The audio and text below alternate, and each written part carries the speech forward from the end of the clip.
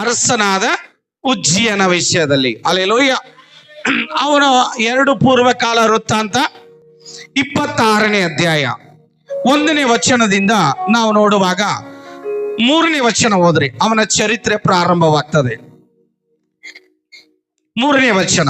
ಅರಸನು ಪಿತೃಗಳ ಬಳಿಗೆ ಸೇರಿದ ಮೇಲೆ ಇವನು ಎಲೋತ್ ಪಟ್ಟಣವನ್ನು ತಿರುಗಿ ಯಹೂದ ರಾಜ್ಯಕ್ಕೆ ಸೇರಿಸಿಕೊಂಡು ಭದ್ರಪಡಿಸಿದನು. ಉಜ್ಜಿಯನು ಪಟ್ಟಣಕ್ಕೆ ಬಂದಾಗ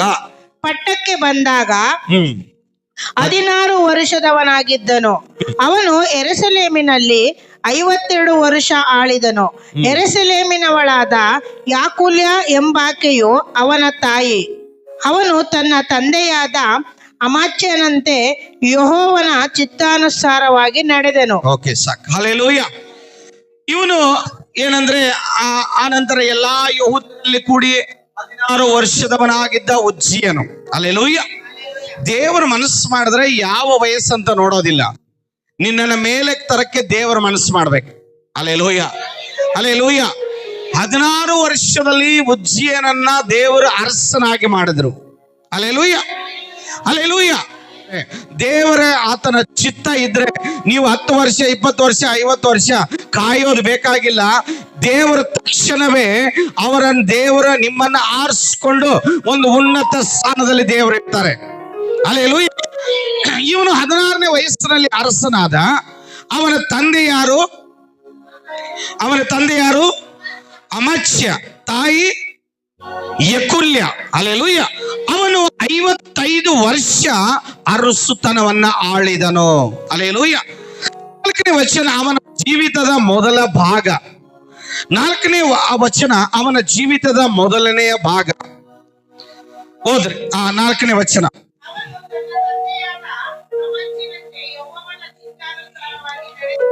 ಅವನು ತನ್ನ ತಂದೆಯಾದ ಅಮಾಚ್ಯನಂತೆ ಯೆಹೋವನ ಚಿತ್ತಾನುಸಾರವಾಗಿ ನಡೆದನು.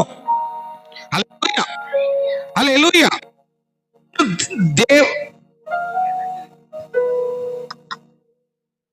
ಅವನು ಹಲ್ಲೆಲೂಯ, ಹಲ್ಲೆಲೂಯ. ಅವನು ದೇವರನ್ನೇ ಅವಲಂಬಿಸಿದನು, ತನ್ನ ತಂದೆಯಂತೆ ನಡೆದನು. ಹಲ್ಲೆಲೂಯ. ಅವನು ಅಮಾಚ್ಯನ ಯೆಹೋವನ ಚಿತ್ತಾನುಸಾರವಾಗಿ ನಡೆದ. ಹೆಂಗೆ? ದೇವರ ಚಿತ್ತಾನುಸಾರವಾಗಿ ನಾವು ನಡಿಬೇಕು.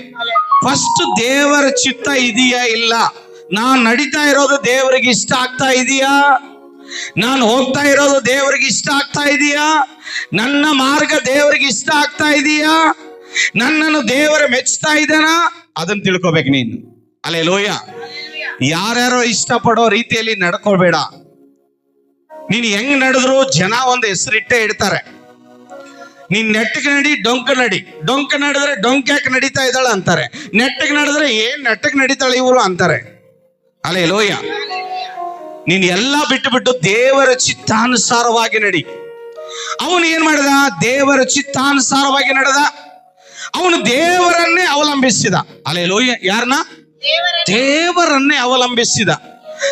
ದೇವರನ್ನೇ ಗಟ್ಟಿಯಾಗಿ ಹಿಡ್ಕೊಂಡ. ಈ ಪ್ರಪಂಚದಲ್ಲಿ ನೀನ್ ದೇವರ ಮೇಲೆ ಅವಲಂಬಿತನಾಗಿರಬೇಕು. ನೀನ್ ದೇವರ ಮೇಲೆ ಅವಲಂಬಿತನಾಗಿ ದೇವರನ್ನೇ ಆತುಕೊಂಡಿರಬೇಕು.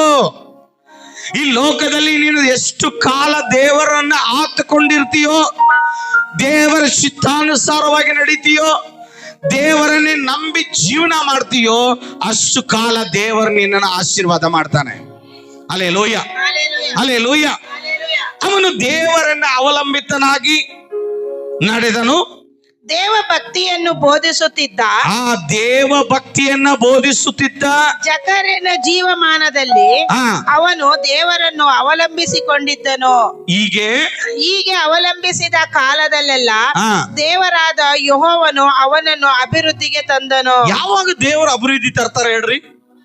ಯಾವಾಗ ದೇವರ ಅಭಿವೃದ್ಧಿ ಮಾಡ್ತಾರೆ ಹೇಳ್ರಿ? ಯಾವಾಗ ದೇವ್ರ ನಮ್ಮನ್ನ ಡೆವಲಪ್ ಮಾಡ್ತಾರೆ? ಯಾವಾಗ ದೇವ್ರ ನಮ್ಮನ್ನ ಅಭಿವೃದ್ಧಿ ಮಾಡ್ತಾರೆ? ಯಾವಾಗ ದೇವ್ರ ನಮ್ಮನ್ನ ಬೆಳೆಸ್ತಾರೆ ಹೇಳ್ರಿ ನೋಡೋಣ.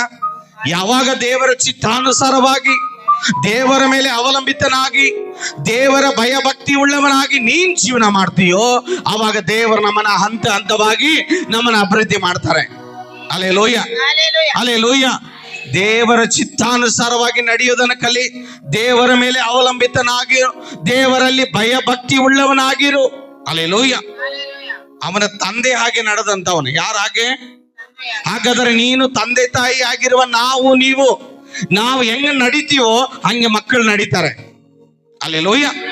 ತಂದೆ ತಾಯಿಗಳು ಹೇಗೆ ನಡೀತಾರೋ ಮಕ್ಕಳು ಹಾಗೆ ನಡೀತಾರೆ. ನಾವ್ ಏನ್ ಮಾಡ್ತೀವೋ ಅದನ್ನ ಮಕ್ಕಳು ಮಾಡ್ತಾರೆ. ಆದ್ರೆ ಇವನು ಏನ್ ಮಾಡ್ತಾ ಇದ್ದಾನೆ? ತನ್ನ ತಂದೆ ಹಾಗೆ ಅವನು ಭಯ ಭಕ್ತಿ ಉಳ್ಳವನಾಗಿ ಬೆಳೆದ. ಅದಕ್ಕೆ ದೇವರು ಅವನನ್ನ ಏನ್ ಮಾಡಿದ್ರು? ಆಶೀರ್ವಾದ ಮಾಡಿದ್ರು. 7ನೇ ವಚನ. ಫಿಲಿಸ್ಟಿಯರೊಡನೆಯೂ ಗೂರ್ ಬಾಳಿನಲ್ಲಿರುವ ಅರಬಿಯರೊಡನೆಯೂ ಮೆಗುನ್ಯರೊಡನೆಯೂ ಯುದ್ಧ ಮಾಡುವಾಗ ಅವನಿಗೆ ದೇವರ ಸಹಾಯ ದೊರೆಯಿತು. ನೀನು ಇಲ್ಲಿ ವೈರಿಗಳ ಶತ್ರುಗಳ ಜೊತೆ ಸೈತಾನನ ಜೊತೆ ಯುದ್ಧ ಮಾಡುವಾಗ ದೇವರು ನಿನಗೆ ಸಹಾಯ ಮಾಡ್ತಾನೆ. ನೀನ್ ದೇವರಿಗೆ ಕರೆಕ್ಟ್ ಆಗಿ ನಡ್ಕೊಂಡ್ರೆ ನೀನು ಯಾರು ಸೋಲೋದಿಲ್ಲ. ದೇವರು ನೀನು ಎಲ್ಲಿ ಹೋದ್ರು ಯಾವ ಸೈತಾನನು ನಿನಗೆ ವಿರುದ್ಧವಾಗಿ ಬಂದ್ರು ಕೂಡ ನಿನ್ನನ್ನು ಬೀಳಿಸುವುದಕ್ಕೆ ಆಗೋದಿಲ್ಲ. ಹಲ್ಲೆಲೂಯಾ. ಕಾರಣ ಒಂದೇ, ನೀನ್ ದೇವರಿಗೆ ಭಯ ಭಕ್ತಿ ಉಳ್ಳವನಾಗಿ ನಡೆದ್ರೆ. ಹಲ್ಲೆಲೂಯಾ. ನಾವು ಹಾಡ್ತೀವಿ, ಸೋಲಿಲ್ಲ ನನಗೆ ಸೋಲಿಲ್ಲ. ಹಲ್ಲೆಲೂಯಾ. ಯುದ್ಧವು ಯೆಹೋವನದೇ. ನಾವು ಸೋಲಿಲ್ಲ, ಎಲ್ಲಿ ಹೋದ್ರೆ ಸೋಲಿಲ್ಲ ಅಂದ್ರೆ ಕಾರಣ, ನೀ ಸೋತಿಲ್ಲ ಅಂದ್ರೆ ಅರ್ಥ ಏನು ಗೊತ್ತಾ? ದೇವರು ನಿನಗೆ ಸಹಾಯ ಮಾಡ್ತಾ ಇದ್ದಾನಂತ. ಹಲ್ಲೆಲೂಯಾ. ಹಲ್ಲೆಲೂಯಾ. ಅಲ್ಲಿ ನಾವು ನೋಡ್ತೇವೆ 15ನೇ ವಚನ ಓದ್ರಿ. 15ನೇ ವಚನ. ಇದಲ್ಲದೆ ಅವನು ಬಾಣಗಳನ್ನು ದೊಡ್ಡ ಕಲ್ಲುಗಳನ್ನು ಎಸೆಯುವುದಕ್ಕಾಗಿ ಜಾಣರ ಕಲ್ಪನೆಯ ಮೇರೆಗೆ ಯಂತ್ರಗಳನ್ನು ಮಾಡಿಸಿ ಅವುಗಳನ್ನು ಯೆರೂಸಲೇಮಿನಲ್ಲಿ ಬುರುಜುಗಳ ಮೇಲೆಯೂ ಆಳುವೇರಿಗಳ ಮೇಲೆಯೂ ಇಡಿಸಿದನು. ಅವನು ಬಲಿಷ್ಠನಾಗುವವರೆಗೂ ದೇವರ ಆಶ್ಚರ್ಯವಾದ ಸಹಾಯವನ್ನು ಹೊಂದಿದನು. ಅವನ ಕೀರ್ತನೆಯು ದೂರದವರೆಗೆ ಹಬ್ಬಿತು. ಹಲ್ಲೆಲೂಯಾ. ಎಲ್ಲ ಬಲಿಷ್ಠರನ್ನ ಶತ್ರುಗಳನ್ನ ಸದೆಬಡಿಯುವಂತೆ ದೇವರು ಅವನಿಗೆ ಬಲ ಕೊಟ್ರು. ಅವನಿಗೆ ದೇವರು ಸಹಾಯ ಮಾಡಿದ್ರು. ಎಂತ ಸಹಾಯ ಗೊತ್ತಾ? ಆಶ್ಚರ್ಯವಾದ ಸಹಾಯ. ಹಲ್ಲೆಲೂಯಾ. ನಿನ್ನ ಜೀವಿತ ಮೇಲೆ ಹೋಗುವಾಗ ಅನೇಕರು ಆಶ್ಚರ್ಯ ಪಡ್ತಾರೆ, ಏನ್ ಇವನ್ ಕಾರಣ ಏನು ಅಂತ. ಹಲ್ಲೆಲೂಯಾ. ದೇವರ ಆ ಉಜ್ಜೀಯನನ್ನ ದೇವರು ಆಶ್ಚರ್ಯವಾಗಿ ಆಶೀರ್ವಾದ ಮಾಡಿದ್ರು. ಆಮೇಲೆ ಅವನ ಹೆಸರನ್ನ ಕೀರ್ತಿಗೆ, ಎಲ್ಲಾ ಕಡೆಗೆ ಕೀರ್ತಿ ಏನಾಯ್ತು? ಕೀರ್ತಿಯು ದೊರೆಯಿತು. ಎಲ್ಲ ಕಡೆ ಅವನಿಗೆ ಗೌರವ, ಎಲ್ಲ ಕಡೆಗೆ ಘನತೆ, ಎಲ್ಲ ಕಡೆಗೆ ಅವನ ಹೆಸರುಗಳು ಪಬ್ಲಿಸಿಟಿ ಆಗಕ್ ಶುರುವಾಯ್ತು. ಹಲ್ಲೆಲೂಯಾ. ಇವತ್ತು ಮೀಡಿಯಾದಲ್ಲಿ ಒಂದು ಫೋಟೋ ತೆಗೆದ್ಬಿಟ್ಟು ಹಿಂಗೆ ಹಾಕ್ಬಿಟ್ರೆ ಮುಗೀತು. ಹಲ್ಲೆಲೂಯಾ. ಹಲ್ಲೆಲೂಯಾ. ನೋಡಿ, ಅವನ ಹೆಸರು ಎಲ್ಲ ಕಡೆಗೆ ಕೀರ್ತಿ ಬಂತು. ಈಗ ನೀನು ಕೂಡ ಎಲ್ಲಿ ಹೋದಲ್ಲೆಲ್ಲ ನಿನಗೆ ಗೌರವ ಕೊಡ್ತಾ ಇದ್ದಾರೆ, ಎಲ್ಲಿ ಹೋದ್ರು ನಿನಗೆ ಮರ್ಯಾದೆ ಕೊಡ್ತಾ ಇದ್ದಾರೆ, ಎಲ್ಲಿ ಹೋದ್ರು ನಿನಗೆ ಸ್ಥಾನಮಾನಗಳನ್ನ ಕೊಡ್ತಾ ಇದ್ದಾರೆ ಅಂದ್ರೆ ಅದರ ಅರ್ಥ ಏನು ಗೊತ್ತಾ? ದೇವರ ಸಹಾಯ ನಿನಗಿದೆ ಅಂತ ಅರ್ಥ. ಹಲ್ಲೆಲೂಯಾ. ಹಲ್ಲೆಲೂಯಾ. ನಾವು 3ನೇ ಭಾಗ, ಆತನ ಜೀವಿತದ 2ನೇ ಭಾಗವನ್ನು ನೋಡ್ತೇವೆ. 16ನೇ ವಚನ. ಆದರೆ ಅವನು ಬಲಿಷ್ಠನಾದ ಮೇಲೆ ಗರ್ವಿಷ್ಠನಾಗಿ ಭ್ರಷ್ಟನಾದನು. ಏನಾದವನು? ಹಲ್ಲೆಲೂಯಾ. ಅವನು ಏನಾದ? ಅವನು ಗರ್ವಿಷ್ಠನಾದ, ಬಲಿಷ್ಠನಾದ. ಫಸ್ಟ್ ಏನಾದ? ಬಲಿಷ್ಠನಾದ. ಹಲ್ಲೆಲೂಯಾ. ನೋಡ್ರಿ, ಸೊಕ್ಕ ಆಗ ಬಂದ್ಬಿಡ್ತ ಅವನಿಗೆ. ಹಲ್ಲೆಲೂಯಾ. ದೇವ್ರು ಚೆನ್ನಾಗಿ ಮೇಲೆ ಕೆತ್ತಿದ್ರ, ಕಿರೀಟ ಬಂತ, ಗೌರವ ಬಂತ, ಘನತೆ ಬಂತ, ಶತ್ರುಗಳನ್ನ ಸಾಯಿಸಿದೆ, ಯುದ್ಧ ಮಾಡಿದೆ, ದೇವ್ರನ್ನ ಅರಸನಾಗಿ ಮಾಡಿದ್ರು. ಹಲ್ಲೆಲೂಯಾ. ಮನುಷ್ಯನಿಗೆ ಎಷ್ಟು ಬೇಗ ಬಂದ್ಬಿಡುತ್ತೆ ನೋಡ್ರಿ ಸೊಕ್ಕು. ಹಲ್ಲೆಲೂಯಾ. ಅಹಂಕಾರ, ಕೋಪ. ಹಲ್ಲೆಲೂಯಾ. ಇದು ನೋಡಿ, ನಾನು ಹೇಳ್ತೀನಿ, ದೇವ್ರು ನಿನ್ನ ಎಷ್ಟೇ ಉನ್ನತಕ್ಕೆ ತಂದ್ರು ಕೂಡ ನಮಗೆ ಗರ್ವಿಷ್ಠನಾಗಿ ಭ್ರಷ್ಟನಾಗಬಾರದು. ಅವನು ಫಸ್ಟ್ ಏನಾದ? ಬಲಿಷ್ಠನಾದ. ಏನದ? ಅವನು ಬಲಿಷ್ಠನಾದ. ಹಲ್ಲೆಲೂಯಾ. ಗರ್ವಿಷ್ಠನಾದ. ಫಸ್ಟ್ ನೋಡಿ, ಬಲಿಷ್ಠನಾದ. ಆಮೇಲೆ ಬಲಿಷ್ಠ ಅಂದ್ರೆ ಏನು? ನನಗೇನು ಕಮ್ಮಿ ಇಲ್ಲ, ಯಾರವ್ರ ನನ್ನ ಮೀರಿಸೋರು ಯಾರೋ, ನನ್ನ ಬೀಳಿಸೋರು ಯಾರು, ಈ ದೇಶಕ್ಕೆಲ್ಲ ನಾನೇ ಅರಸನು ಅಂತ ಅವನಿಗೊಂದು ಅಹಂಭಾವ ಬಂದ್ಬಿಡ್ತು. ಹಲ್ಲೆಲೂಯಾ. ನನ್ನ ಪ್ರಿಯರೇ, ಯಾವುದೇ ಕಾರಣಕ್ಕೂ ದೇವರು ನಮ್ಮನ್ನು ಎಷ್ಟೇ ಉನ್ನತಕ್ಕೆ ತರಲಿ, ಹಳೆ ಜೀವಿತ ಬಂದ ದಾರಿಯನ್ನ ನಾವು ಮರಿಬಾರ್ದು. Hallelujah, hallelujah. ನಮ್ಮ ನಡೆ ನುಡಿಗಳು ಬದಲಾಗಬಾರ್ದು, ನಮ್ಮ ಸ್ವಭಾವಗಳು ಬದಲಾಗಬಾರ್ದು. ನಾವು ಯಾರಿಗೆ ಯಾವ ತರ ಗೌರವ ಕೊಡ್ತೀವೋ ಅದೇ ಗೌರವದಲ್ಲಿ ಇರಬೇಕು. ನಾವು ಹಣ ಬಂದಾಗ, ಆಸ್ತಿ ಬಂದಾಗ, ಅಂತಸ್ತು ಬಂದಾಗ, ಶ್ರೀಮಂತಿಕೆ ಬಂದಾಗ, ಬಡತನದಲ್ಲಿದ್ದಾಗ ಒಂದು ಮಾತು ಬೇರೆ, ಹಣ ಬಂದಾಗ ಒಂದು ಮಾತು ಬೇರೆ, ಅದೆಲ್ಲ ಇರಬಾರ್ದು. ಹಲ್ಲೆಲೂಯಾ. ದೇವರ ಮಕ್ಕಳ ಲಕ್ಷಣ ಅಲ್ಲ ಅದು. ನಾವು ಎಷ್ಟೇ ಇವತ್ತು IAS ಆಗಲಿ, ಕಮಿಷನರ್ ಆಗಲಿ, MLA MP ಗಳಾಗ್ಲಿ, ಏನೇ ಆಗಲಿ, ನಾವು ಬಂದ ದಾರಿಯನ್ನ ನಾವು ಮರಿಬಾರ್ದು. ನಮ್ಮ ಜೀವಿತವನ್ನ ಮರಿಬಾರ್ದು. ಕಷ್ಟದಲ್ಲಿದ್ದಾಗ, ನೋವಿನಲ್ಲಿದ್ದಾಗ ಕಣ್ಣೀರಿನ ವರ್ಷದವರನ್ನ, ಸಹಾಯ ಮಾಡಿದವರನ್ನ, ಬಿದ್ದಾಗ ಎತ್ತಿದವರನ್ನ, ದುಃಖದಲ್ಲಿರೋವರನ್ನ ಪರಾಮರ್ಶಿಸಿದವರನ್ನ, ಕಷ್ಟದಲ್ಲಿದ್ದಾಗ ಸಹಾಯ ಮಾಡಿದವರನ್ನ, ಹಸುವೆಯಲ್ಲಿದ್ದಾಗ ಆಹಾರ ಕೊಟ್ಟವರನ್ನ ನಾವು ಯಾವತ್ತೂ ಮರೆಯಬಾರದು. Hallelujah, hallelujah. ನನಗೆ ಬಲ ಬಂತು, ನಾನು ಮೇಲೆ ಎದ್ದು ಬಿಟ್ಟೆ, ತೋಳು ಬಲ ಬಂತು, ಭುಜ ಬಲ ಬಂತು, ಹಣದ ಬಲ ಬಂತು, ಐಶ್ವರ್ಯ ಬಲ ಬಂತು, ನನಗೇನು ಕಮ್ಮಿ ಇಲ್ಲ ಅಂದ್ಬಿಟ್ಟು ನೀನು ವ್ಯತ್ಯಾಸವಾದ್ರೆ ಮಗ, ನೀನು ಬಹಳ ದಿವಸ ಇರೋದಿಲ್ಲ. Hallelujah, hallelujah. ಮುಂದೆ ಬರ್ತೀನಿ ನಾನು, ಉಜ್ಜೀವನ ಗತಿ ಏನಾಗುತ್ತೆ ಅಂತ. Hallelujah, hallelujah. ದೇವರು ಬದಲಾಗಿಲ್ಲ. ಹಾಡಿದೆ ಬದಲಾಗಿಲ್ಲ, ದೇವರು ಬದಲಾಗಿಲ್ಲ. ನಾವು ಬದಲಾಗಿ ಬಿಡ್ತೀವಿ 2 ದಿನದಲ್ಲಿ.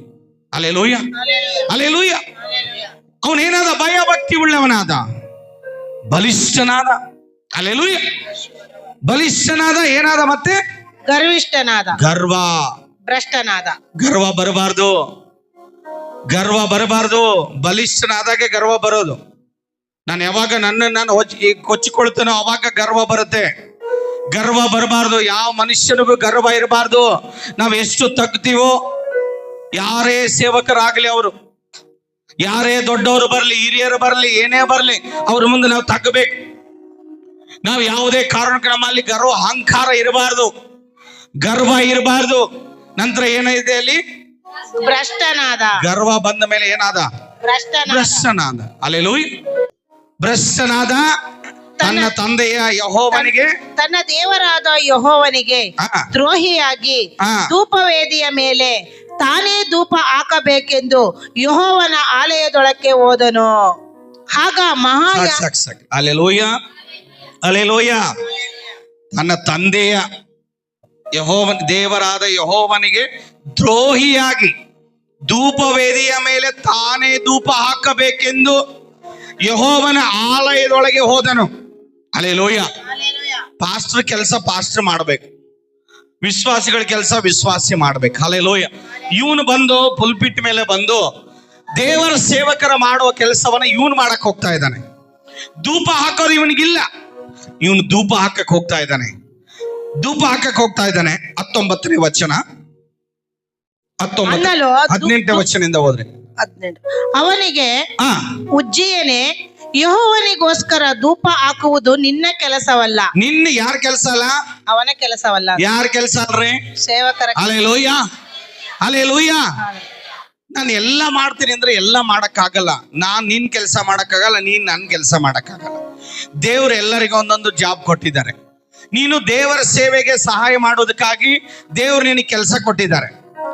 ದೇವರ ಸೇವೆ ಮಾಡೋದಕ್ಕಾಗಿ ನನ್ನ ಇಟ್ಟಿದ್ದಾರೆ. Hallelujah, hallelujah. ಈಗ ನೀನು ಪಾಸ್ಟರ್ ಆಗ್ಬಿಟ್ರೆ, ನೀನು ಕೆಲಸ ಸೇವೆ ಮಾಡಕ್ಕಾದ್ರೆ ನಮಗೆ ಸೇವೆಗೆ ಸಹಾಯ ಮಾಡೋರು ಯಾರು? Hallelujah, hallelujah. ಸೊ ದೇವರು ಯಾರ್ಯಾರಿಗೆ ಏನೇನು ಕೊಟ್ಟಿದ್ದಾರೋ ಅದನ್ನ ಅವ್ರು ಹೇಳ್ತಾನೆ. ಏನ್ ಹೇಳ್ತಾನೆ?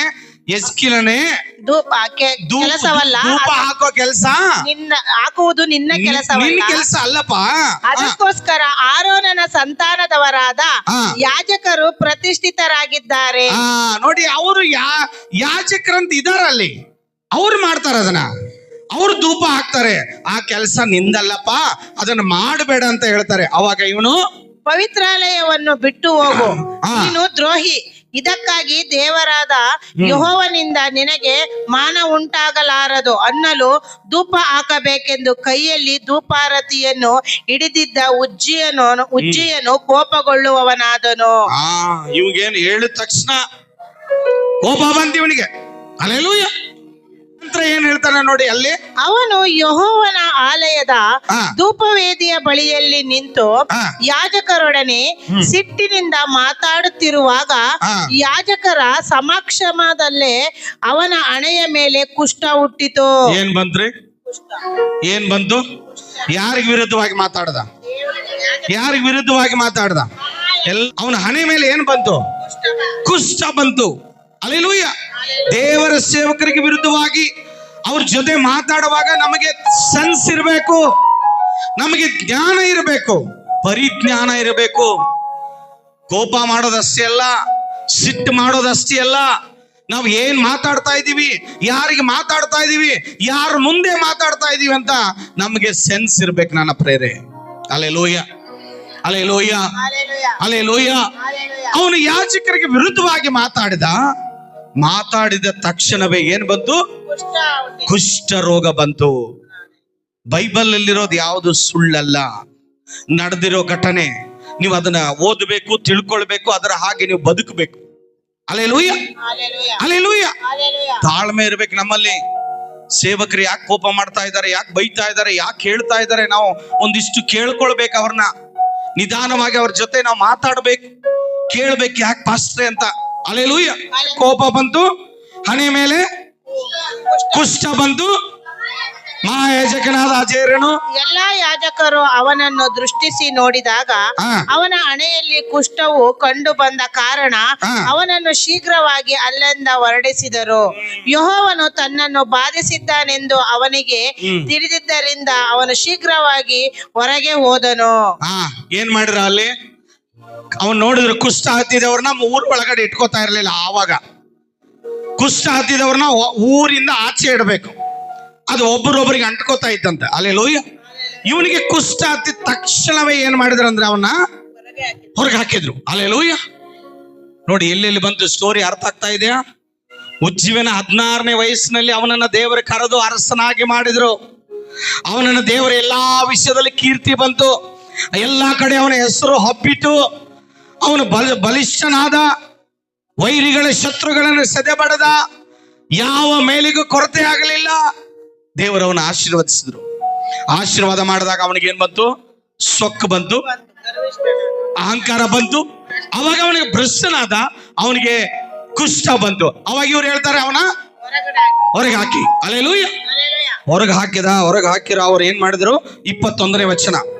ಉಜ್ಜೀಯನು ಜೀವದಿಂದಿರುವವರೆಗೆ ಕುಷ್ಠರೋಗಿಯಾಗಿದ್ದು ಯೆಹೋವನ ಆಲಯಕ್ಕೆ ಬಾರದಂತೆ ಬಹಿಷ್ಕೃತನಾದನು. ಹಲ್ಲೆಲೂಯಾ. ರೋಗಿಯಾಗಿ ಬಿಟ್ಟ, ಜೀವನ ಪರ್ಯಂತ ಆಲಯಕ್ಕೆ ಬರಲಿಲ್ಲ. Hallelujah, hallelujah.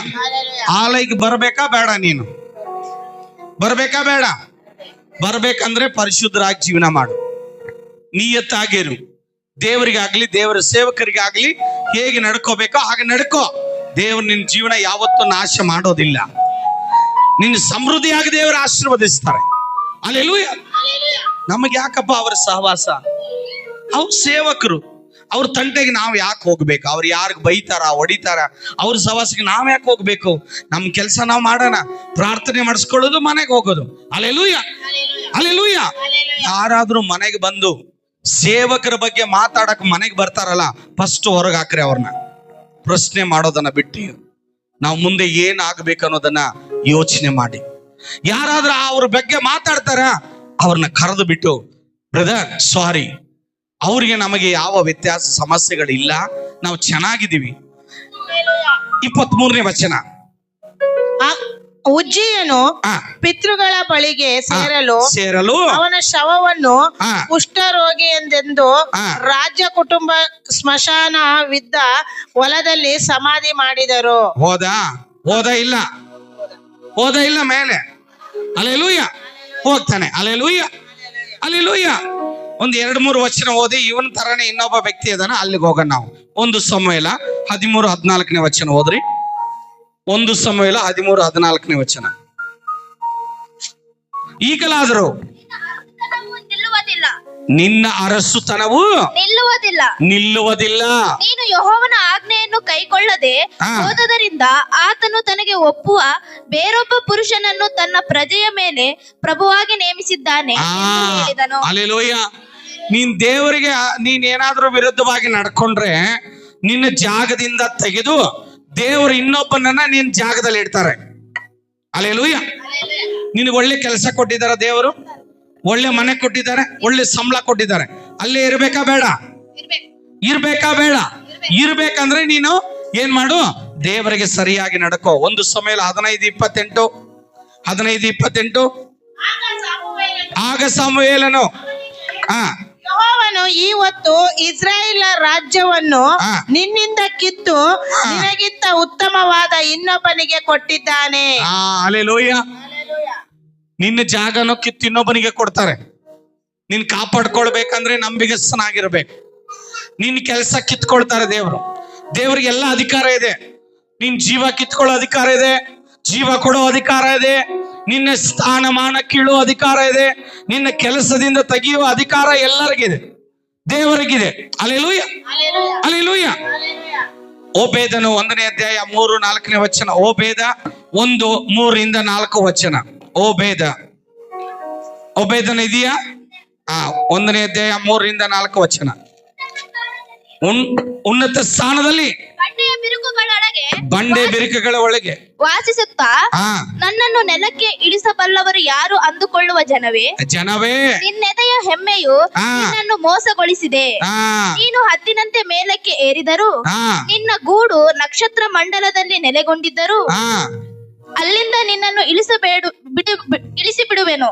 ಇದು ಯೆಹೋವನ ನುಡಿ. 3ನೇ ವಚನ ಓದ್ರಿ.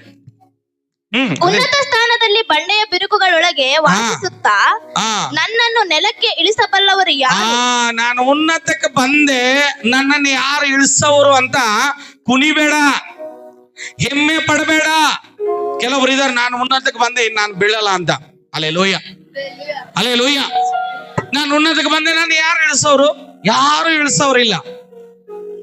ದೇವರು ಯಾರ್ಯಾರನ್ನ ಎಲ್ಲೆಲ್ಲಿ ಇಳಿಸ್ಬೇಕೋ ಚೆನ್ನಾಗಿ ಗೊತ್ತು ದೇವರಿಗೆ, ಅಲ್ಲಿ ಇಳಿಸ್ತಾರೆ. ಹದ್ದಿನಷ್ಟು ಕೂಡ ಮೇಲೆ ಹೋದರು ಗೂಡು ನಕ್ಷತ್ರ ಮಂಡಲದಲ್ಲಿ ನೆಲೆಗೊಂಡಿದ್ದರು, ನಕ್ಷತ್ರದಲ್ಲಿ ಗೂಡು ಹಾಕೊಂಡಿದ್ರು ಕೂಡ ಅಲ್ಲಿಂದ ನಿನ್ನನ್ನು ಇಳಿಸಿ ಬಿಡುವೆನು. ಹಲ್ಲೆಲೂಯ. ಹಲ್ಲೆಲೂಯ. ನೀನು ಎಲ್ಲಿದ್ರು ಕೂಡ, ಆಕಾಶದಲ್ಲಿದ್ರು ಕೂಡ, ಎಲ್ಲಿದ್ರು ಕೂಡ ಅಲ್ಲೇ ಗೂಡು ಮಾಡ್ಕೊಂಡು ಮೇಲೆ ಇರ್ತೀನಿ, ನನ್ನ ಯಾರು ಇಳಿಸಲ್ಲ, ನಾನು ಹದ್ದಿನ ಹಾಗೆ ಮೇಲೆ ಓಡಾಡ್ತೀನಿ ಅಂತ ಅಂದ್ರು ಕೂಡ ದೇವರು ನಿನ್ನನ್ನು ಅಲ್ಲಿಂದ ಇಳಿಸ್ತಾನೆ. ಹಲ್ಲೆಲೂಯ. ದೇವರಿಗೆ ಚೆನ್ನಾಗಿ ಗೊತ್ತು. ಇವನ್ ತಿಳ್ಕೊಂಡ, ನಾನು ಬಲಿಷ್ಠನು, ನಾನು ಅರಸನು, ನನ್ನನ್ನು ಯಾರು ತೆಗೆಯೋದಿಲ್ಲ, ಯಾರು ನನ್ನನ್ನು ಬೀಳಿಸೋದಿಲ್ಲ ಅನ್ಕೊಂಡು ಹೋಗಿ ಯಾಜಕರಿಗೆ ಮಾಡುವ ಕೆಲಸದಲ್ಲಿ ದೇವರಿಗೆ ಸಮರ್ಪಿಸಬೇಕಾದಂತ ಯಜ್ಞ ನೈವೇದ್ಯದಲ್ಲಿ ಇವನು ಕೈ ಹಾಕಿದ್ರೆ ದೇವರು ಬಿಡ್ತಾನ? ಪ್ರಲಾಪಗಳು 3ನೇ ಅಧ್ಯಾಯ 37-38 ಪ್ರಲಾಪ 3ನೇ ಅಧ್ಯಾಯ 37-38 ಪ್ರಲಾಪ. ಕರ್ತನ ಅಪ್ಪಣೆ ಇಲ್ಲದೆ ಯಾರ ಮಾತು ಸಾರ್ಥಕವಾದೀತು? ಯಾರ ಮಾತು ಸಾರ್ಥಕವಾಗ್ತದೆ?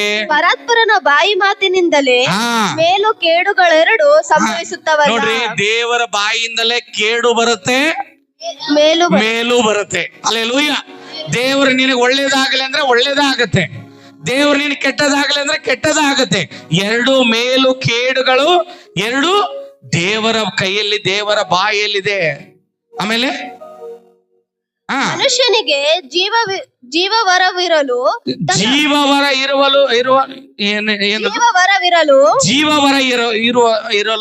ತನ್ನ ಪಾಪದ ಶಿಕ್ಷೆಗಾಗಿ ಗುಣಗುಟ್ಟುವುದೇಕೆ? ಹಲ್ಲೆಲೂಯ. ಯಾಕೆ ಗುಣಗುಡ್ತೀಯಪ್ಪ? ಗುಣಗುಟ್ಟಬೇಡ. ಗುಣಗುಟ್ಟವರೆಲ್ಲ ಮಧ್ಯದಲ್ಲಿ ಏನಾದ್ರು ಹಾವುಗಳಿಂದ ಕಚ್ಚಿ ಸತ್ರು, ವಿಷ ಸರ್ಪದಿಂದ ಸತ್ರು, ಹಲ್ಲೆಲೂಯ, ಉರಿ ಮಂಡಲದಿಂದ ಸತ್ರು, ಏನೆಲ್ಲ ಆಗಿ ಸತ್ರು. ಹಲ್ಲೆಲೂಯ. ನೀನ್ ಗುರಿ ಮುಟ್ಟಬೇಕಾ? 70-80 ಹೋಗಿ ರೀಚ್ ಆಗ್ಬೇಕಾ? ಹಾಗಾದ್ರೆ ಏನ್ ಮಾಡ್ಬೇಕು? ಗುಣಗುಟ್ಟುವುದನ್ನ ಬಿಡು. ಅದು ಯಾರ ಮೇಲೆ ಗುಣಗುಡ್ತಾ ಇದ್ದಾರೆ ಇವರು? ದೇವರ ಮೇಲೆ, ದೇವರ ಸೇವಕನ ಮೇಲೆ. ಹಲ್ಲೆಲೂಯ. ಮೋಸೆ ಮೇಲೆ ದೇವರ ಮೇಲೆ ಗುಣಗುಟ್ಟಿದಾಗ ದೇವರು ಬಿಡ್ತಾನ? ಬಿಟ್ಟಿ ಕೆಲಸ ಮಾಡಿಕೊಂಡು ಅಧೀನದಲ್ಲಿದ್ದವ್ರನ್ನ ಬಿಡಿಸ್ಕೊಂಡು ಬಂದು ರಾಜನಾಗಿ ಇಡಬೇಕಂತ ದೇವರ ಆಲೋಚನೆ ಮಾಡಿದ್ರೆ ಇವರು ಮಧ್ಯದಲ್ಲಿ ಗುಣಗುಡ್ತಾ ಇದ್ದಾರೆ. ದೇವ್ರು ನಿನ್ಗೆ ತೃಪ್ತಿಯಾದ ಜೀವನ ಕೊಟ್ಟಾರೆ, ಸಮಾಧಾನವಾಗಿರೋದು ಕಲಿ. ಗುಣಗುಟ್ಟಿ ನಿನ್ ಜೀವನ ನೀನು ಹಾಳು ಮಾಡ್ಕೋಬೇಡ, ನೀನು ಕೆಟ್ಟು ಹೋಗಬೇಡ. ಇನ್ನೊಬ್ಬ ವ್ಯಕ್ತಿ ಇದ್ದಾನೆ, ಇವನ್ ತರನೇ ಇನ್ನೊಬ್ಬ ವ್ಯಕ್ತಿ ಇದ್ದಾನೆ, ಅರಸನಾದ ಆಸನನು. ಹಾಸನಲ್ಲ, ಆಸನನು. ಹಲ್ಲೆಲೂಯ. 2 ಪೂರ್ವಕಾಲ ವೃತ್ತಾಂತ 14ನೇ ಅಧ್ಯಾಯಕ್ಕೆ ನಾವು ಬರೋಣ. 14ನೇ ಅಧ್ಯಾಯ 11ನೇ ವಚನ.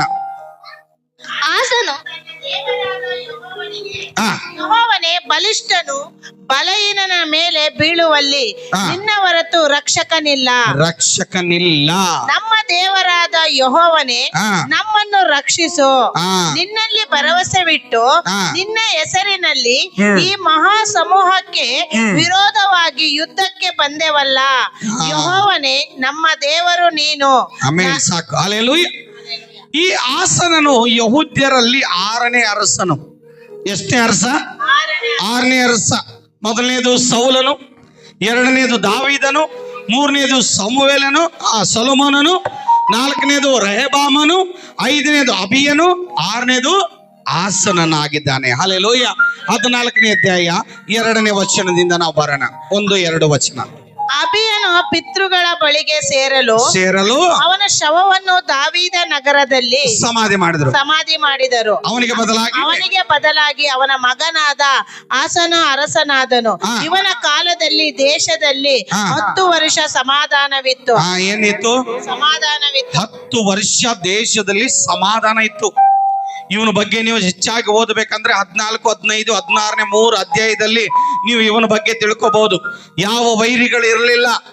ಅವನು ಏನು ಮಾಡಿದ್ರು ಅಲ್ಲಿ ಸಮಾಧಾನವಾಗಿತ್ತು. 10 ವರ್ಷ ಇವನು ಏನಾಗಿತ್ತು? ಸಮಾಧಾನವಾಗಿತ್ತು. ಆಮೇಲೆ ಆಸನು ತನ್ನ ದೇವರಾದ ಯೆಹೋವನ ದೃಷ್ಟಿಯಲ್ಲಿ ಒಳ್ಳೆಯವನಾಗಿಯೂ ನೀತಿವಂತನಾಗಿಯೂ ನಡೆದನು. ಏನ್ ನಡೆದ? ಒಳ್ಳೆಯವನಾಗಿ. ಪ್ರಾರಂಭದಲ್ಲಿ ಎಲ್ಲರೂ ಒಳ್ಳೆಯವರಾಗಿ ನಡ್ಕೊಂಡ, ನೀತಿವಂತನಾಗಿ ನಡ್ಕೊಂಡ. ಹಲ್ಲೆಲೂಯ. ದೇವರಿಗೆ ಬಂದಾಗ ಎಲ್ಲರೂ ಒಳ್ಳೆಯವರಾಗಿ ನಡ್ಕೊಳ್ತಾರೆ. ಹಲ್ಲೆಲೂಯ. ಪ್ರಾರಂಭದಲ್ಲಿ ಅವನೇನಾದ? ಒಳ್ಳೆಯವನಾಗಿದ್ದ. ದೇವರ ದೃಷ್ಟಿಯಲ್ಲಿ ಒಳ್ಳೆಯವನಾಗಿದ್ದ, ನೀತಿವಂತನಾಗಿ ನಡೆದ. 3ನೇದು ಏನ್ ಮಾಡಿದ? ಇವನು ಅನ್ಯ ದೇವತೆಗಳ ಯಜ್ಞವೇದಿಗಳನ್ನು ಪೂಜಾ ಸ್ಥಳಗಳನ್ನು ತೆಗೆದು ಹಾಕಿ ಕಲ್ಲು ಕಂಬಗಳನ್ನು ಒಡೆಸಿ ಆಶೇರ ವಿಗ್ರಹ ಸ್ತಂಭಗಳನ್ನು ಕಡಿಸಿಬಿಟ್ಟು ಯಹೂದ್ಯರಿಗೆ ನೀವು ನಿಮ್ಮ ಪಿತೃಗಳ ದೇವರಾದ ಯೆಹೋವನನ್ನೇ ಆಶ್ರಯಿಸಿಕೊಂಡು ಧರ್ಮಶಾಸ್ತ್ರ ವಿಧಿಗಳನ್ನು ಕೈಗೊಳ್ಳಿರಿ ಎಂದು ಆಜ್ಞಾಪಿಸಿದನು. ಇವನು ಆಜ್ಞೆ ತಂದ. ನೋಡ್ರಿ, ಆಜ್ಞೆ ಹೆಂಗ್ ತಂದ್ರೆ ಭಯಭಕ್ತಿ ಉಳ್ಳವನಾಗಿ, ನೀತಿವಂತನಾಗಿ. 2ನೇ ಆಜ್ಞೆ ತರ್ತ, ನೋಡಪ್ಪ, ನೀವು ಯಾವ ದೇವರ ವಿಗ್ರಹಗಳನ್ನ ಮಾಡ್ಕೋಬಾರ್ದು, ಎಲ್ಲ ತೆಗೆದು ಹೊಡೆದಾಕಿ ಅವನು ಕಲ್ಲು ಕಂಬಗಳನ್ನ ನಿಲ್ಲಿಸಿ ನೀವು ದೇವರನ್ನೇ ಆರಾಧನೆ ಮಾಡಬೇಕು, ಯೆಹೋವ ದೇವರನ್ನೇ ಆರಾಧನೆ ಮಾಡಬೇಕು ಅಂತ ಆಜ್ಞೆ ತಂದುಬಿಟ್ಟ, ರೂಲ್ಸ್ ತಂದುಬಿಟ್ಟ, ಬದಲಾವಣೆ ಮಾಡ್ದ. ಹಲ್ಲೆಲೂಯ. ಧರ್ಮಶಾಸ್ತ್ರ ವಿಧಿಗಳನ್ನು ಕೈಗೊಳ್ಳಿರಿ ಎಂದು ಆಜ್ಞೆ ಮಾಡಿದ. ಯಹೂದದ ಎಲ್ಲಾ ಪಟ್ಟಣಗಳೊಳಗಿಂದ ಪೂಜಾ ಸ್ಥಳಗಳನ್ನು, ಸೂರ್ಯ ಸ್ತಂಭಗಳನ್ನು ತೆಗೆದು ಹಾಕಿದನು. ಎಲ್ಲಾ ತೆಗೆದು ಹಾಕಿಬಿಟ್ಟ. ಆಮೇಲೆ ಇವನ ಆಳಿಕೆಯಲ್ಲಿ ರಾಜ್ಯದೊಳಗೆ ಸಮಾಧಾನವಿತ್ತು. ಇವನು ಎಲ್ಲ ತೆಗೆದ ಮೇಲೆ ಏನಾಗಿತ್ತು? ಸಮಾಧಾನ ಇತ್ತು. ಎಲ್ಲ ಕ್ಲೀನ್ ಮಾಡಿಬಿಟ್ಟ, ಸ್ವಚ್ಛ ಮಾಡಿದ. ವೈರಿಗಳು, ಶತ್ರುಗಳು ಯಾರಲ್ಲಿ ಎಲ್ಲ ಸಮಾಧಾನವಾಗಿತ್ತು. ಕಾರಣ ಏನಾಯ್ತು ಗೊತ್ತಾ? ಕಾರಣ ಇಲ್ಲದೆ, ಹಲ್ಲೆಲೂಯ, ಕಾರಣ ಇಲ್ಲದೆ ಒಬ್ಬನು ಶತ್ರು ಎದ್ದು ಬಿಟ್ಟ. ಇವನಿಗೆ ವಿರುದ್ಧವಾಗಿ ಎದ್ದು ಬಿಟ್ಟ. Hallelujah, hallelujah. ಅವಾಗ ಇವನು ಎದುರು ಏನ್ ಮಾಡಿದಂದ್ರೆ, ಮೊದಲನೇದಾಗಿ ನಿನ್ನ ಕಷ್ಟಗಳು ಬಂದಾಗ, ಶತ್ರುಗಳು ಬಂದಾಗ ನೀ ಏನ್ ಮಾಡ್ಬೇಕು? ಯಾರನ್ನ ಹುಡುಕ್ಬೇಕು? ದೇವ್ರನ್ನ ಹುಡುಕ್ಬೇಕು. ನಿನ್ ಕಷ್ಟ ಬಂದಾಗ, ಸಮಸ್ಯೆ ಬಂದಾಗ ನೀನ್ ದೇವರನ್ನ ಹುಡುಕ್ಬೇಕು. ಇವನಿಗೆ ವಿರುದ್ಧವಾಗಿ ಒಬ್ಬ ಯೋಪನು ಒಬ್ಬ ವಿರುದ್ಧವಾಗಿ ಶತ್ರು ಬಂದ್ಬಿಟ್ಟ. ಇವನು ವಿರುದ್ಧವಾಗಿ ಬಂದಾಗ ಇವನು ನೇರವಾಗಿ 11ನೇ ವಚನ ಬಂದಾಗ ಅವನು ದೇವರನ್ನೇ ಹುಡುಕಿದ, ದೇವರನ್ನ ಹುಡುಕಿದ.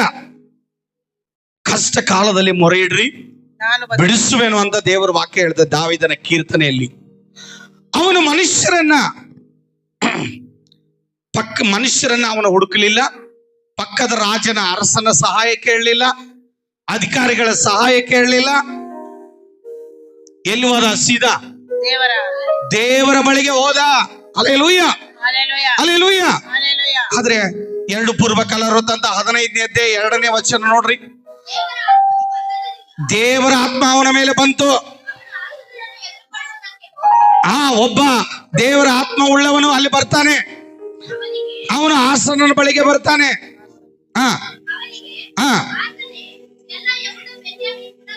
ಕುಲದವರೇ,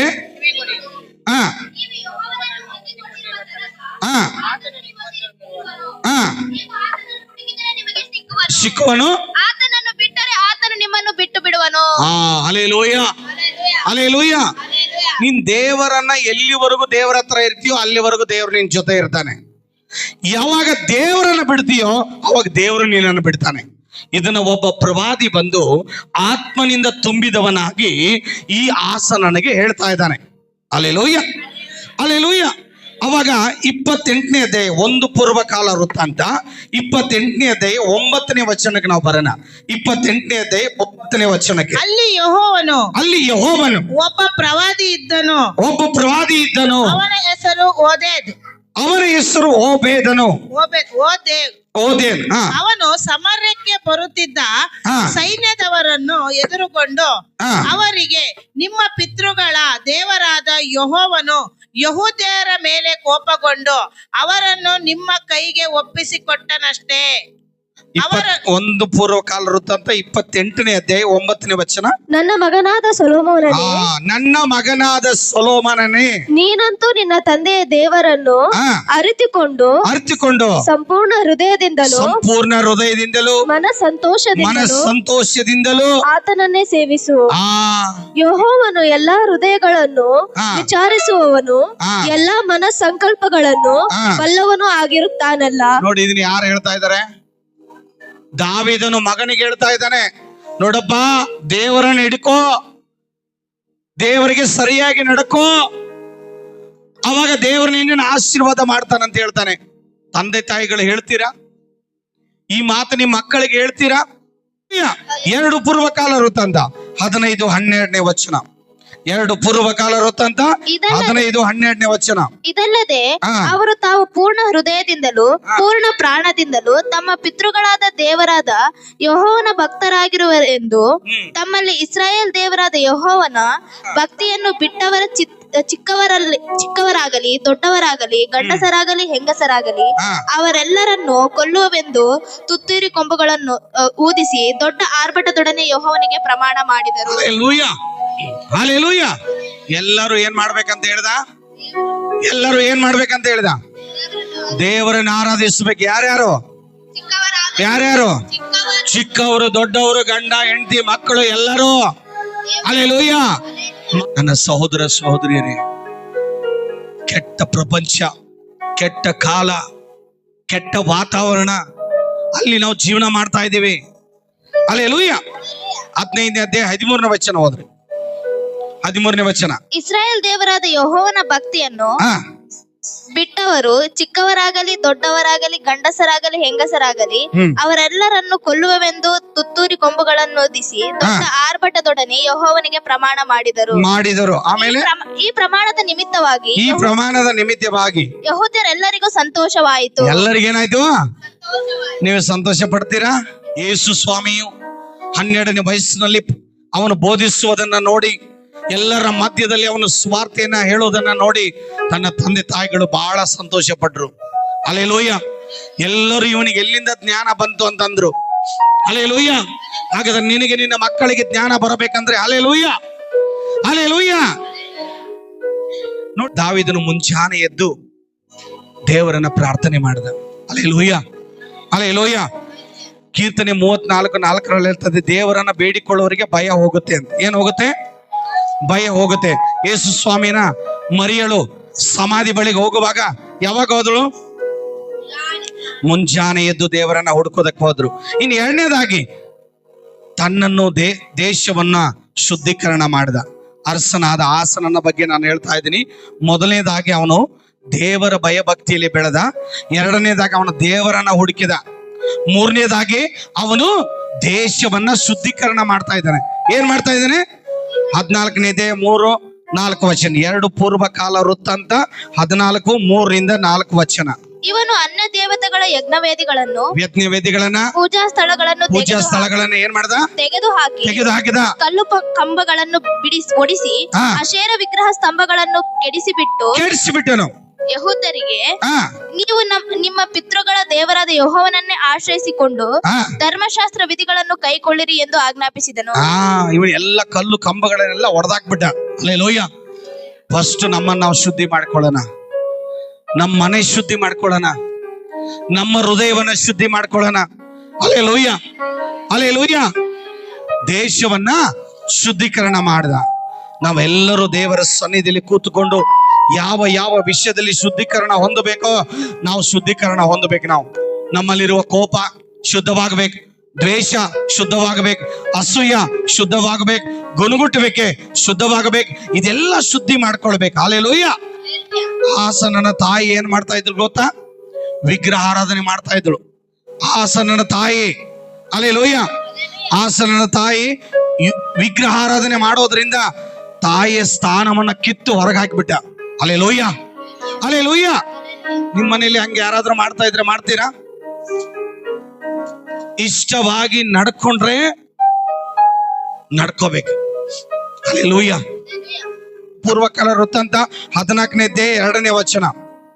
ಆಸನು ತನ್ನ ದೇವರಾದ ಯೆಹೋವನ ದೃಷ್ಟಿಯಲ್ಲಿ ಒಳ್ಳೆಯವನಾಗಿಯೂ ನೀತಿವಂತನಾಗಿಯೂ ನಡೆದನು. ಹೆಂಗ್ ನಡೆದ? ಒಳ್ಳೆಯವನಾಗಿ ನಡೆದ. Hallelujah, hallelujah. ಸ್ಟಾರ್ಟಿಂಗ್ ಎಲ್ಲ ಒಳ್ಳೆಯವರೇ. ದೇವ್ರು ನಂಬಿದ ಮೇಲೆ ತುಂಬಾ ಒಳ್ಳೆಯವರು ಆಗ್ತಾರೆ ಪಾಪ ಎಲ್ಲ ವಿಷಯದಲ್ಲಿ. ಏನ್ ಕೇಳ್ತಾನ್ರಿ? ನಿನ್ನ ಹೃದಯವನ್ನ, ನಿನ್ನ ಆರಾಧನೆಯನ್ನ ದೇವ್ರು ಕೇಳ್ತಾರೆ. ಹಲ್ಲೆಲೂಯಾ. 4ನೇದಾಗಿ ಅವನೇನ್ ಮಾಡ್ದ? ಪ್ರಾರ್ಥನೆ ಮಾಡ್ದ. 2 ಪೂರ್ವಕಾಲ ವೃತ್ತಾಂತ 7ನೇ ಅಧ್ಯಾಯ 14ನೇ ವಚನದಲ್ಲಿ. 2 ಪೂರ್ವಕಾಲ ವೃತ್ತಾಂತ 7:14 ವಚನ. ನನ್ನ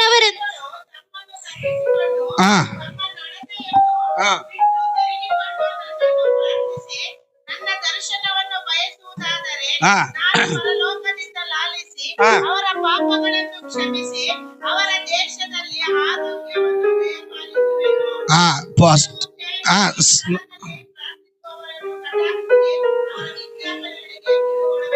ಹಲ್ಲೆಲೂಯಾ. ತಗ್ಗಿಸ್ಕೊಂಡು ಯಾರು ಪ್ರಾರ್ಥನೆ ಮಾಡ್ತಾರೋ ದೇವ್ರು ಅವ್ರನ್ನ ಏನ್ ಮಾಡ್ತಾನಂತೆ? ಕಟಾಕ್ಷಿಸ್ತಾನೆ. ಅವ್ರ ಪ್ರಾರ್ಥನೆ ಕೇಳ್ತಾನೆ. ತಗ್ಗಿಸ್ಕೊಂಡು ಪ್ರಾರ್ಥನೆ ಮಾಡು. ಎಲ್ಲ ನಡತೆಗಳನ್ನ ಶುದ್ಧ ಮಾಡಿಕೊಂಡು ಪ್ರಾರ್ಥನೆ ಮಾಡು. Hallelujah, hallelujah. ಯಾಬೇಚನ ಪ್ರಾರ್ಥನೆ ಮಾಡ್ತಾನೆ. ತನ್ನ ಹೆಂಡತಿ ಮಕ್ಕಳನ್ನು ಕರ್ಕೊಂಡು ನನ್ನನ್ನ ವಿಶೇಷವಾಗಿ ಆಶೀರ್ವದಿಸುವಂತ. ಹಲ್ಲೆಲೂಯಾ. ನನ್ನ ಪ್ರಾಂತವನ್ನ ವಿಸ್ತರಿಸು, ನನ್ನ ಕುಟುಂಬನ ವಿಸ್ತರಿಸು, ನನ್ನ ಜೀವನವನ್ನ ವಿಸ್ತರಿಸು ಅಂತ ಯಾಬೇಚನ ಪ್ರಾರ್ಥನೆ ಮಾಡ್ತಾನೆ. ಎಷ್ಟೋ ಜನರು ಸತ್ಯವೇದದಲ್ಲಿ ಪ್ರಾರ್ಥಿಸಿ ಜಯವನ್ನ ಹೊಂದಿದ್ದಾರೆ. ಹಲ್ಲೆಲೂಯಾ. ಪ್ರಾರ್ಥನೆ ಬಿಡಬೇಡ. ಹೋದ್ವಾರ ನಾನು ಪ್ರಾರ್ಥನೆ ಬಗ್ಗೆ ಹೇಳಿದೆ. 14ನೇ ಅಧ್ಯಾಯ 11ನೇ ವಚನ. 2 ಪೂರ್ವಕಾಲ ವೃತ್ತಾಂತ 14:11.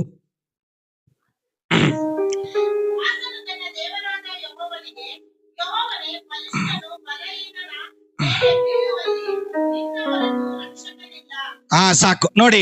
ಅವನು ಆಶ್ರಯಿಸಿಕೊಂಡು ಪ್ರಾರ್ಥನೆ ಮಾಡ್ತಾನೆ. ಕಷ್ಟ, ಕಣ್ಣೀರು, ಚಿಂತೆ, ದುಃಖ ತರುವ ಲೋಕದಲ್ಲಿ ನಾವ್ ಏನ್ ಮಾಡ್ಬೇಕು? ಈ ಲೋಕದಲ್ಲಿ ಕಷ್ಟ ಇದೆ, ಕಣ್ಣೀರಿದೆ, ದುಃಖ ಇದೆ, ಬಾಧೆ ಇದೆ, ನೋವಿದೆ. ಇದೆಲ್ಲ ಹೋಗ್ಬೇಕಂದ್ರೆ ಏನ್ ಮಾಡ್ಬೇಕು ನಾವು?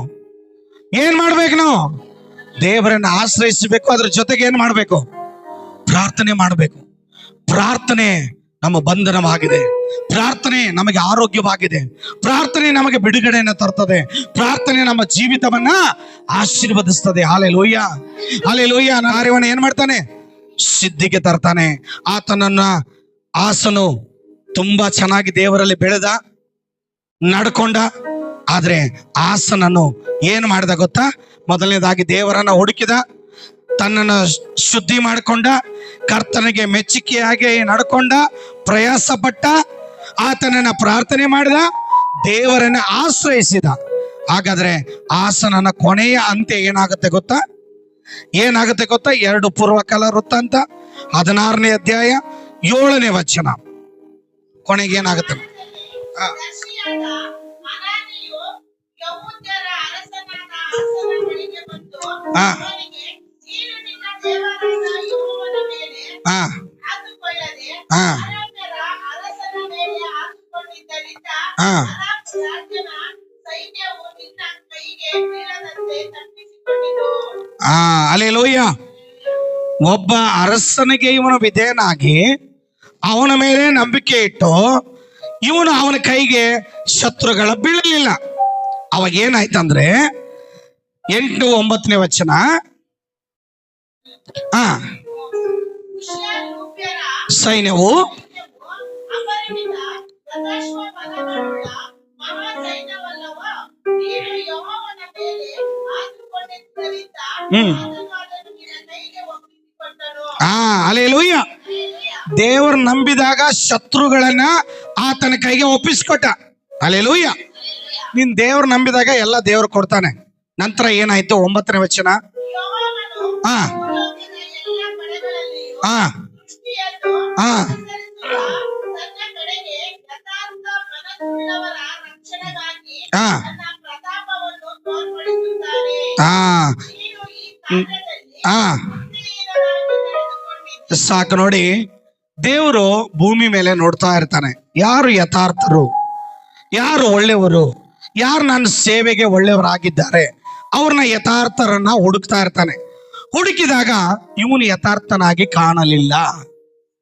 ಇವನು ಏನ್ ಮಾಡಿದಂದ್ರೆ ತಪ್ಪಿ ಹೋದ, ಮನುಷ್ಯನನ್ನ ಆತ್ಕೊಂಡ. ಇಷ್ಟು ದಿನ ಯಾರನ್ನ ಆತ್ಕೊಂಡಿದ್ದ? ಯಾರನ್ನ ಆತ್ಕೊಂಡಿದ್ದ? ಭಯ ಭಕ್ತಿ ಉಳ್ಳವನಾಗಿದ್ದ, ದೇವರಲ್ಲಿ ಜೀವಿಸಿದ, ನೀತಿವಂತನಾಗಿದ್ದ, ಇಡೀ ದೇಶವನ್ನೇ ಶುದ್ಧೀಕರಣ ಮಾಡಿದ. ಹಲ್ಲೆಲೂಯ. ಇದೆಲ್ಲ ಪ್ರಾರಂಭದಲ್ಲಿ ನಾವು ಹಾಗೆ ಮಾಡ್ತೀವಿ. ಪ್ರಾರಂಭದಲ್ಲೆಲ್ಲ ತುಂಬಾನೇ ಹಲ್ಲೆಲೂಯ ಸ್ತೋತ್ರ ಏನು ಭಯಂಕರ ಇರುತ್ತೆ. ಬರ್ತಾ ಬರ್ತಾ ಏನಾಗುತ್ತೆ? ಹಲ್ಲೆಲೂಯ. 10ನೇ ವಚನ. ಈ ಮಾತುಗಳು ದೆಸೆಯಿಂದ ಬೇಸರಗೊಂಡು ಇವನು ಹೇಳ್ದ, ನೀನು ಈ ಕಾರ್ಯದಲ್ಲಿ ಬುದ್ಧಿಹೀನನಾದಿ ಅಂದಾಗ, ನೋಡಿ, ನೀನು ಬುದ್ಧಿಹೀನನಾದಿ ಅಂದಾಗ ಇವನು ಹೇಳ್ತಾನೆ, ಈ ಮಾತನ್ನು ಕೇಳಿ ಏನಾಯ್ತು ಅವನಿಗೆ? ದರ್ಶಿ ಅಂದ್ರೆ ಯಾರು? ಪ್ರವಾದಿ. ಹಲ್ಲೆಲೂಯ. ಪ್ರವಾದಿಗಳು ಸೇವಕರು ಹೇಳಿದ್ರೆ ಏನ್ ಮಾಡ್ಕೊಡ್ತಾರೆ? ಕೋಪ ಬರುತ್ತೆ. ಆಗ್ಲೇ ಯಾರೋ ಒಬ್ಬ ಕೋಪ ಮಾಡ್ಕೊಂಡಲ್ಲ, ಯಾರು? ಆಗ್ಲೇ ಕೇಳಿದ್ರಲ್ರಿ, ಉಜ್ಜಿಯನ. ಹಲ್ಲೆಲೂಯ. ಅವನು ಮಾಡ್ಕೊಂಡ ಇಲ್ಲ. ಅವನಿಗೇನು ಬಂತು? ಇವನಿಗೇನು ಬರುತ್ತೆ ನೋಡ್ರಿ, ಕೋಳ ಹಾಕಿಸಿದ. ನಾವು ಇವನೇನ್ ಮಾಡ್ದ? ಹೇಳಕ್ ಬಂದವನಿಗೆ ಕೋಳ ಹಾಕ್ಸ್ಬಿಟ್ಟ, ಜೈಲಿಗೆ ಹಾಕ್ಬಿಟ್ಟ. ಪ್ರವಾದಿ ಹೇಳವನಿಗೆ ಕೋಳ ಹಾಕ್ಸಿದ, ಕೆಲವ್ರನ್ನ ಪೀಡಿಸಿದ. ಆಮೇಲೆ ಏನಾಯ್ತು?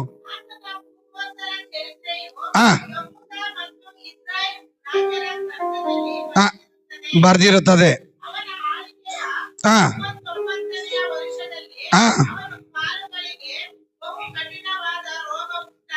ಏನ್ ಬಂತು?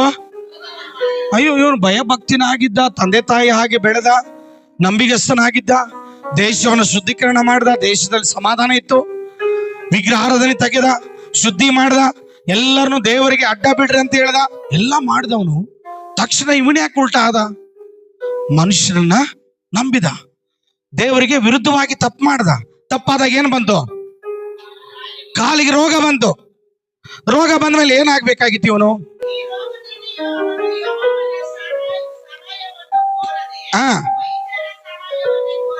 ಹಲ್ಲೆಲೂಯ. ಹಲ್ಲೆಲೂಯ. ಹಲ್ಲೆಲೂಯ. ಇವನು ಏನಾದ? ದೇವರ ಪ್ರವಾದಿಗೆ ವಿರುದ್ಧವಾಗಿ ಮಾತಾಡಿದಕ್ಕೆ ಇವನಿಗೇನು ಬಂತು? ಕಾಲಿಗೆ ರೋಗ ಬಂತು. ಬರ್ಲಿ, ಪಶ್ಚಾತ್ತಾಪ ಪಟ್ಟಿದ್ರೆ ದೇವರು ಏನ್ ಮಾಡ್ತಿದ್ರು? ವಾಸಿ ಮಾಡ್ತಾ ಇದ್ರು. ಇವನ್ ಏನ್ ಮಾಡ್ದ? ಯಾಕೆ ಇವ್ರ ಕಡೆ ಹೋಗ್ಬೇಕಂತ ಡಾಕ್ಟರ್ ಕಡೆ ಹೋದ. ಹಲ್ಲೆಲೂಯ. ಹಲ್ಲೆಲೂಯ. ಅವನ್ ಏನ್ ಮಾಡ್ದ? ಉಜ್ಜಿಯನು ಭ್ರಷ್ಟನಾದ, ಗರ್ವಿಷ್ಠನಾದ, ಕುಷ್ಠ ಬಂತ. ಹಲ್ಲೆಲೂಯ. ಹಾಗಾದ್ರೆ ನೀನು ಯಾರನ್ನ ಹತ್ಕೋತೀಯ? ಯಾರಿಗೆ ಮೊರೆ ಹೋಗ್ತೀಯಾ? ಯಾರನ್ನ ಗಟ್ಟಿಯಾಗಿ ಅವಲಂಬಿಸ್ತೀಯಾ? ಯಾರಲ್ಲಿ ಜೀವನ ಮಾಡ್ತೀಯಾ? ಯಾರಲ್ಲಿ ಬದುಕ್ತೀಯಾ? ನಿನಗ್ ಬಿಟ್ಟಿದ್ದು. ಇವತ್ತೇ ನಾನು ಹೇಳ್ತಾ ಇದ್ದೀನಿ, ಇಬ್ಬರು ಅರಸರುಗಳ ಬಗ್ಗೆ ನಿಮಗೆ ಹೇಳಿದ್ದೀನಿ. ತಿಳ್ಕೊಳ್ರಿ, ದೇವರಿಗೆ ವಿಧೇಯರಾಗ್ರಿ, ದೇವರ ಮೇಲೆ ಅವಲಂಬಿತರಾಗ್ರಿ, ದೇವರಲ್ಲಿ ಬದುಕ್ರಿ, ಭಯಭಕ್ತಿ ಉಳ್ಳವರಾಗ್ರಿ. ಮನೆಯಲ್ಲಿ ಯಾರ್ಯಾರಿದ್ದಾರೋ ಅವ್ರನ್ನ ಬದಲಾಯಿಸ್ರಿ. ಭಕ್ತಿ ಅನ್ನೋದು 2 ದಿವಸ ಅಲ್ಲ. ಭಕ್ತಿ ಅನ್ನೋದು ಜನರಿಗೆ ತೋರಿಸಿಕೊಳ್ಳೋದಲ್ಲ. ಪಾಸ್ಟರ್ ನೋಡ್ಲಿ ಅಂತ ಮಾಡೋ ಭಕ್ತಿ ಅಲ್ಲ. ಭಕ್ತಿ ಅನ್ನೋದು 3 ದಿನ ಇದ್ದು 3 ದಿನ ಅಲ್ಲಿ ಇರೋದಲ್ಲ. ಒಂದು ಸಾರಿ ನೀರಲ್ಲಿ ಮುಳುಗು ಎದ್ದ ಮೇಲೆ ಸಾಯುವವರೆಗೂ ಕ್ರಿಸ್ತನಲ್ಲೇ ಜೀವಿಸ್ಬೇಕು. Hallelujah, hallelujah.